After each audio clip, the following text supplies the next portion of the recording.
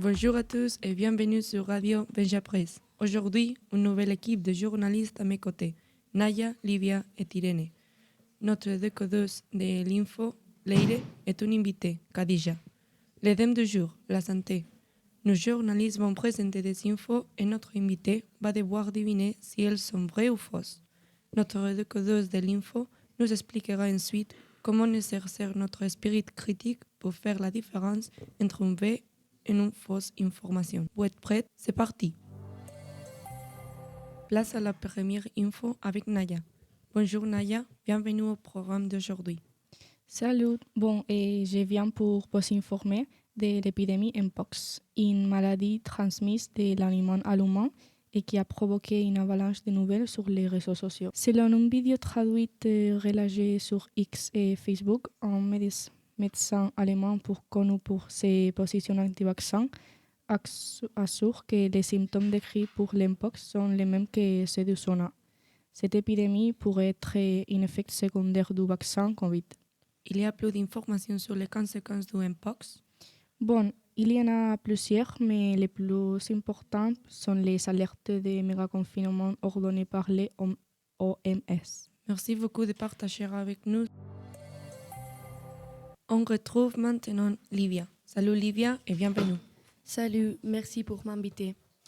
Maintenant, je vais vous exposer une nouvelle qui montre que les chiffres sur la consommation de cocaïne des Français sont effrayants car la consommation a presque doublé. Selon une étude publiée par l'Observatoire français des drogues et des tendances addictives, il nous dit que plus d'1 million de personnes en ont consommé au moins une fois dans l'année en 2023 en France. Cela est dû à plusieurs facteurs. D'abord, le fait que la cocaïne est une production mondiale en constante hausse, mais aussi que les conditions de vie favorisent sa consommation. Ces raisons ont beaucoup de sens, mais ce qu'il y a d'autre? Il n'y a pas vraiment beaucoup plus. Les prix est plus ou moins les mêmes. Mais on peut conclure qu'aujourd'hui, nous sommes de plus en plus confrontés à la consommation de cocaïne et c'est plus difficile d'en sortir. Livia, je vous remercie de parler d'un sujet qui est si peu discuté, mais avec une telle importance. Merci à toi. Irene, de nous présenter une dernière info. Salut Irene. Bonjour, je suis très reconnaissante d'être ici. Aujourd'hui, je voudrais parler d'un nouvel accord que le Conseil des ministres a autorisé pour renforcer le soutien à la santé mentale dans les situations d'urgence et les catastrophes naturelles, selon le site web du ministre de la Santé espagnol. Cet accord a été créé à cause des graves inondations qui ont été provoquées par la DANA. Pour contribuer à cette cause, le Conseil des ministres a destiné un budget de plus de 3 millions d'euros afin d'offrir des assistances psychologiques à la population touchée. En conclusion, pour moi, les effets psychologiques des catastrophes telles que la DANA ont besoin d'une approche appropriée du deuil et de la prévention des problèmes de santé mentale.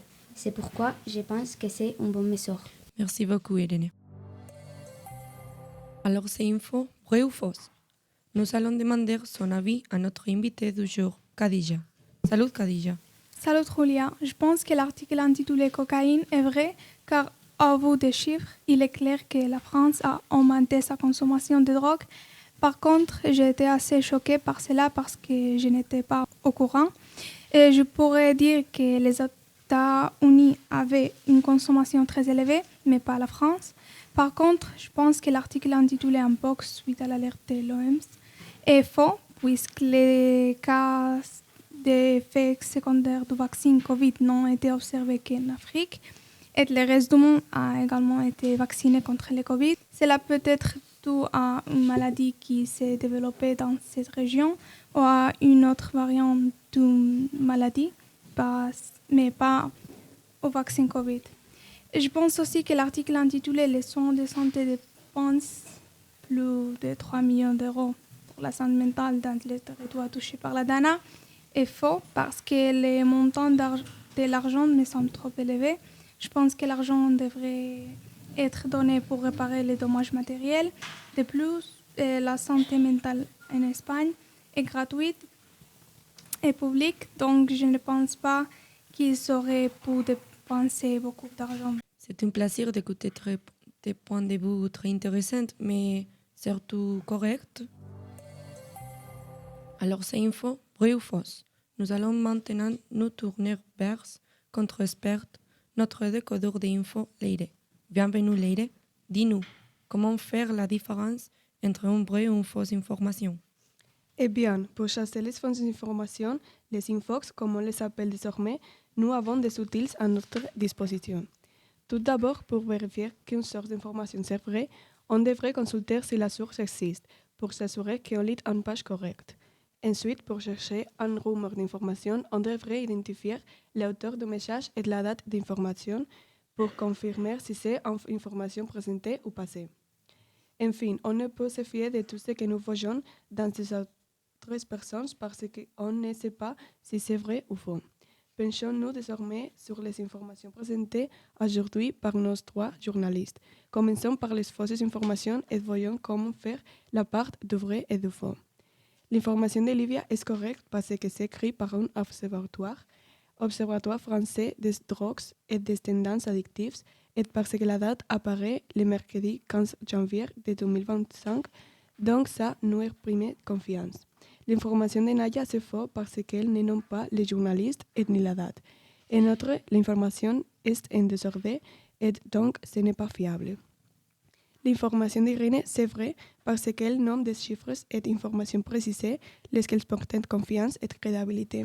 En plus, elle a consulté cette information dans le site web du Conseil des ministres. Nous te remercions de partager ça avec nous. Grâce à tes conseils, notre public sera capable d'identifier de fausses informations. L'émission est terminée pour aujourd'hui. Merci, bonne journée, à bientôt et n'oubliez pas de vérifier les infos. Au revoir!